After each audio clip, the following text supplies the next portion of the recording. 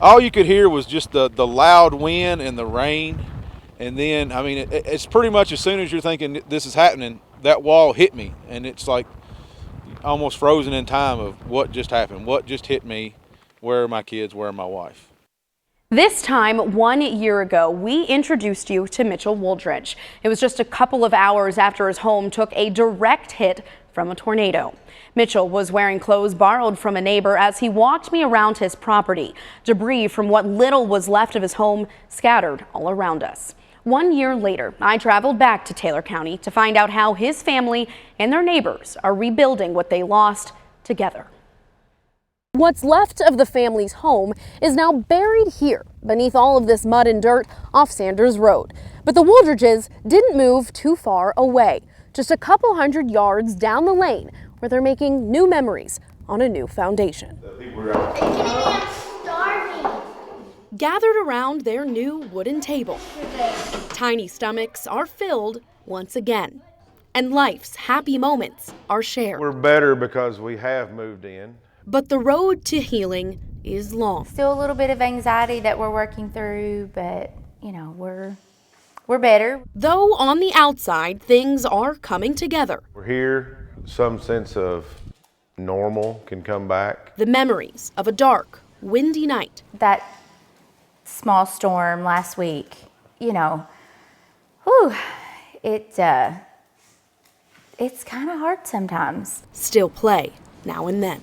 I think it's hearing the wind and, you know, being taken back to that night. And then now, you know, I think, what if I couldn't get to Rowan?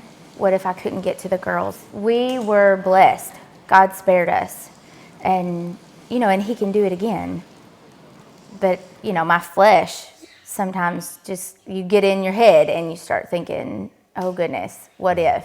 As life at the Wooldridges starts to take root again. Of course, the yard is still mud, but we won't have grass until spring. The family looks to the many tasks still ahead. We still have mattresses on the floor. I don't have my mattress on the floor.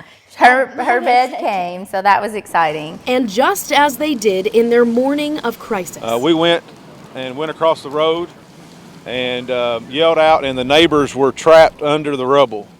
And so instantly I said, well, I'm going to start digging them out. They continue to look out for their unofficial extended family. Well, some of the neighbors have started moving in. Rebuilding their homes nearby. I get so excited I'm so excited to get them home and, you know, let their kids be home for Christmas. Using any free time to help others who were there for them in their time of need. I'm a plumber by trade, so I've been hooking up plumbing all week. We told them, like, we've moved in. You know, we're not done. We're not going to say we're done, but we've moved in, and so our goal is to get you in now. The families along this road repaying each other with kindness because money nowadays isn't easily found. According to FEMA, only about $177,000 was divided among 23 households in Taylor County.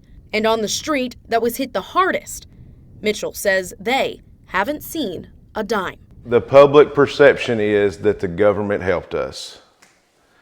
And nobody in this area got government help. You would jump through the hoops and get to the end and go, well, you don't qualify. For his family, having a place to call home was made possible by their community. It was paid for by local people making donations of money and time. Financially, the road ahead will be tough. A lot of it is just, we're in debt. And everybody up and down the street is in debt. Next 50 years of our life is getting back to where we were, if you will. But the Wooldridges are trying to stay positive, hopeful for many more nights under their new roof together. We're here till we die. That's what we said about the last place. Hoping clearer skies are ahead. Well, that this is home, you know, and that we can get comfortable here and the wind can blow outside, and we're going to get back to where that doesn't bother us. In Taylor County with photojournalist Ian Cunningham, Grace Haba, WDRB News.